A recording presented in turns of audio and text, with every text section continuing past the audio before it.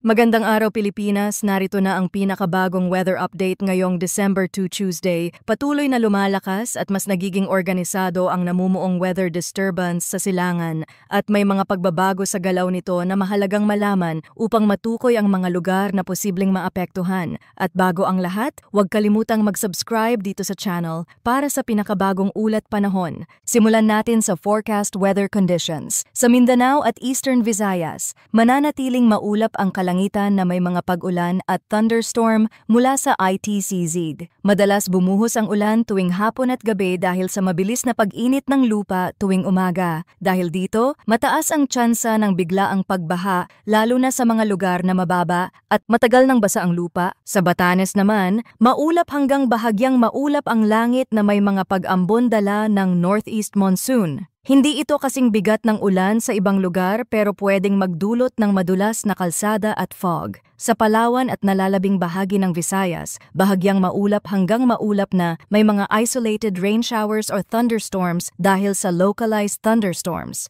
Kung maglalakbay sa dagat o may outdoor activities, mainam na bantayan ang anyo ng ulap lalo na kung padilim ng mabilis ang paligid. Sa Metro Manila at natitirang bahagi ng Luzon, halos pareho ang pattern. Partly cloudy to cloudy skies sa umaga, tapos may posibilidad ng sudden thunderstorm sa hapon o gabi dahil sa easterlies. Ayon naman sa latest tropical threat potential forecast na inilabas ng PAGASA, sa week 1, from December 1 to December 7, nananatili sa loob ng kanlurang bahagi ng PAGASA monitoring domain ang bagyong Koto, formerly Verbena. Pero bukod dito, isang tropical cyclone-like vortex ang posibleng nabubuo sa silangang bahagi ng Tropical Cyclone Advisory Domain, TCAD, at inaasahan na kikilos papasok ng Philippine Area of Responsibility at tatahakin ang Caraga, Visayas or Southern Luzon area. Meron itong moderate chance mabuo bilang isang bagyo sa unang linggo ng forecast period.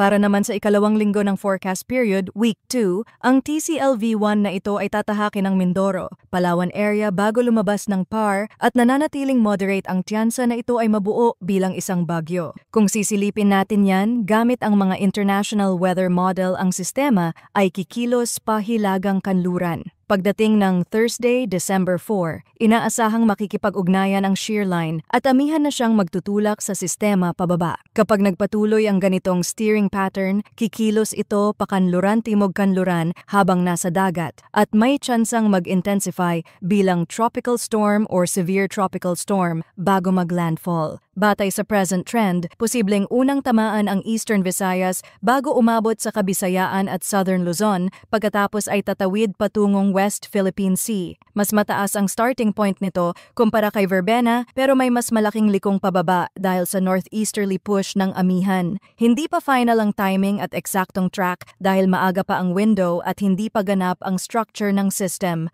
Manatiling nakatutok dito sa ating channel para sa mga susunod na updates tungkol sa paparating na bagyo.